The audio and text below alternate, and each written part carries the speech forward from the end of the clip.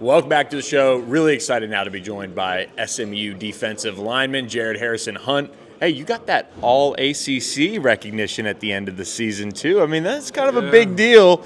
You got that to hold over E-Rob's head a little bit, too. I ain't holding nothing over nobody's head, you know what I'm saying? But I ain't gonna lie, that was I didn't expect it, to be honest. I was kind of surprised when my coach told me. He just pulled me to the side and said, hey, like, you might be getting first team all ACC.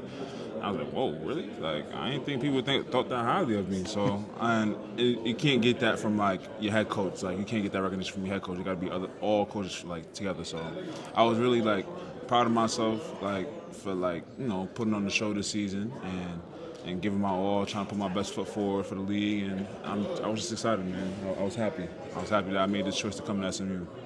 We're at the East-West Shrine Bowl talking with you. Just wrapped up, Saturday. Obviously a long day. What's this experience like for you and getting out there and working with some of these guys? Ooh, okay. So first, you just gotta get used to like always being somewhere, and that could just be media, talking to teams, treatment, make sure you gotta get food. Like it's a busy schedule. It's a short time. We're only here for about a week. So they try to get the most out of us, in this week, and it's understandable. So it's like, you gotta get adjusted to like the pro life. Like this is like semi-pro life. We're about to get into that pro life, so I just gotta get used to it. Yeah, you're a professional athlete now. As somebody who played in this game, what does it mean to be out here against the best in the country? It means a lot, man. I didn't know there was so many talented guys on this team. And I knew there was a lot of talented guys, but gosh, going against them today, we did a lot of reps, we did a lot of double teams and what's it called, one-on-one blocking, one-on-one pass rush. It was just a whole bunch of stuff that kind of made me open my eyes and realize hey, I gotta keep building on, keep getting better, or else some of these guys gonna catch up and surpass. So I gotta just every year get better. You had an impressive run at Miami, and then you come to SMU. What was this past year like for you, and just being able to emerge and get that recognition, and now be here? Man, coming to SMU was probably one of the best decisions of my life. I wish I would have came a little earlier. I'm so serious. Yeah, me too. I'd have loved to play with you. Yeah. Wait, when did you play? 21 was my last year. 17 to 21. Oh well, yeah. Probably wouldn't have came that early, maybe. But that 2023 year, I probably wish I would have came. Probably would have came with E-Rob and them boys, and probably had a great year there too. But I don't regret making the decision at all. For sure. I love my time in Miami. I made some great friends, some great met some great people. But here at SMU, in the short time that I've been here for about 6 months, I made even greater memories and had a better season and met some genuine people on and off the field. So yeah, are you straight, bro? Yeah. Working with this group along the defensive line, just how much did that make you, better in a sense? I mean, you were obviously an established player coming to SMU, but the depth and talent across the group that you guys had, what was that like every day? Yeah, man. To be honest, every day. It's kind of like a movie. You just never knew what to expect from our D-line. We just had so many personalities on our D-line. It's kind of you're kind of excited to come in and see what's going to happen today. But as far as talent, we talk about Big Tank, he holds up the middle, and then it was me at that 3 tech, and then E-Rob at the end, and then we had either Jafari or Turbo on the at the banner position, and they interchanged a little bit, and they both had their games where one was better than the other one was better than the other. It was just one of those days.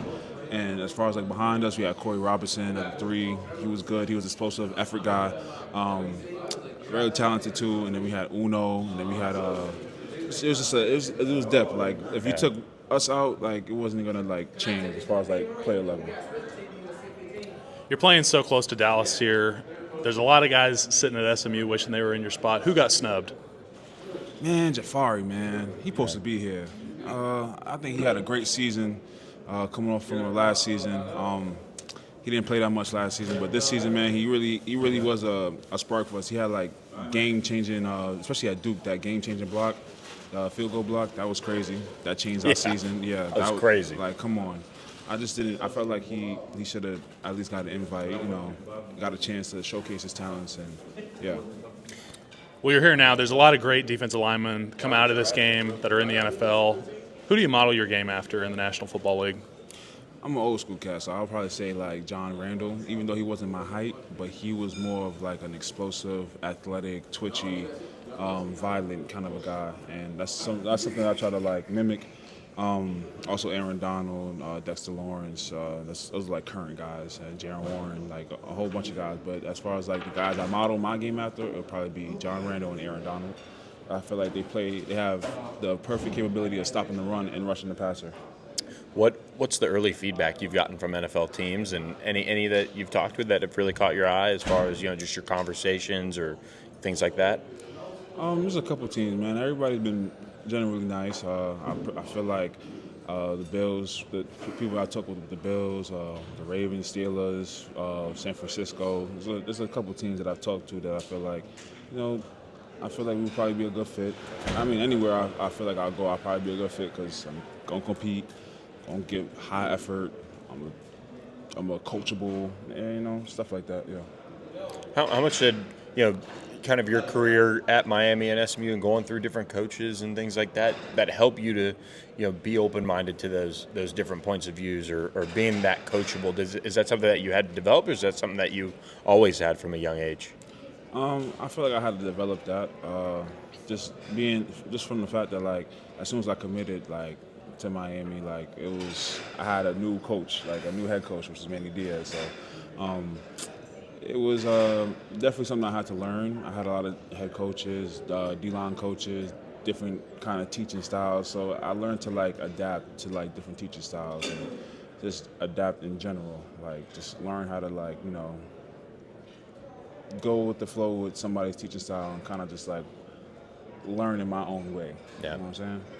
Yeah. For sure. Well, we love watching NFL Mustangs. We know that you're going to be one of the next ones coming out of this class, and we can't wait to see you at Pro Day. Appreciate that. Thank you. Yeah, good luck the rest of the week. Thanks for doing this.